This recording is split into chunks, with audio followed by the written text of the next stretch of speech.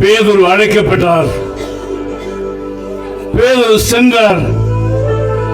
அவிசுவாசிகளை அப்புறப்படுத்தினார். விசுவாசிகளை சேர்த்துக் கொண்டார். முழங்கால் படிட்டு ஜெபித்தார். தொற்கால் உயிர் பெற்றாள். மரித்து போன தொற்காலை அந்த மக்கள் முன்னாலே உயிரோடு நிற்க செய்தார். அற்புதம் நிகழ்ந்தது.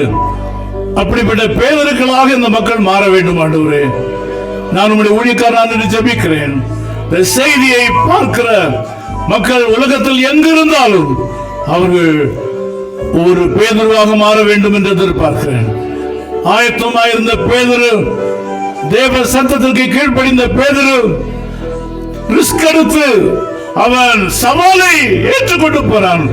ஒருவேளை பிரயோகத்திற்காக ஜெபம் பண்ணும்போது உயிர் பெறாமல் போனால் என்ன ஆகும் என்று சொல்லி அவன்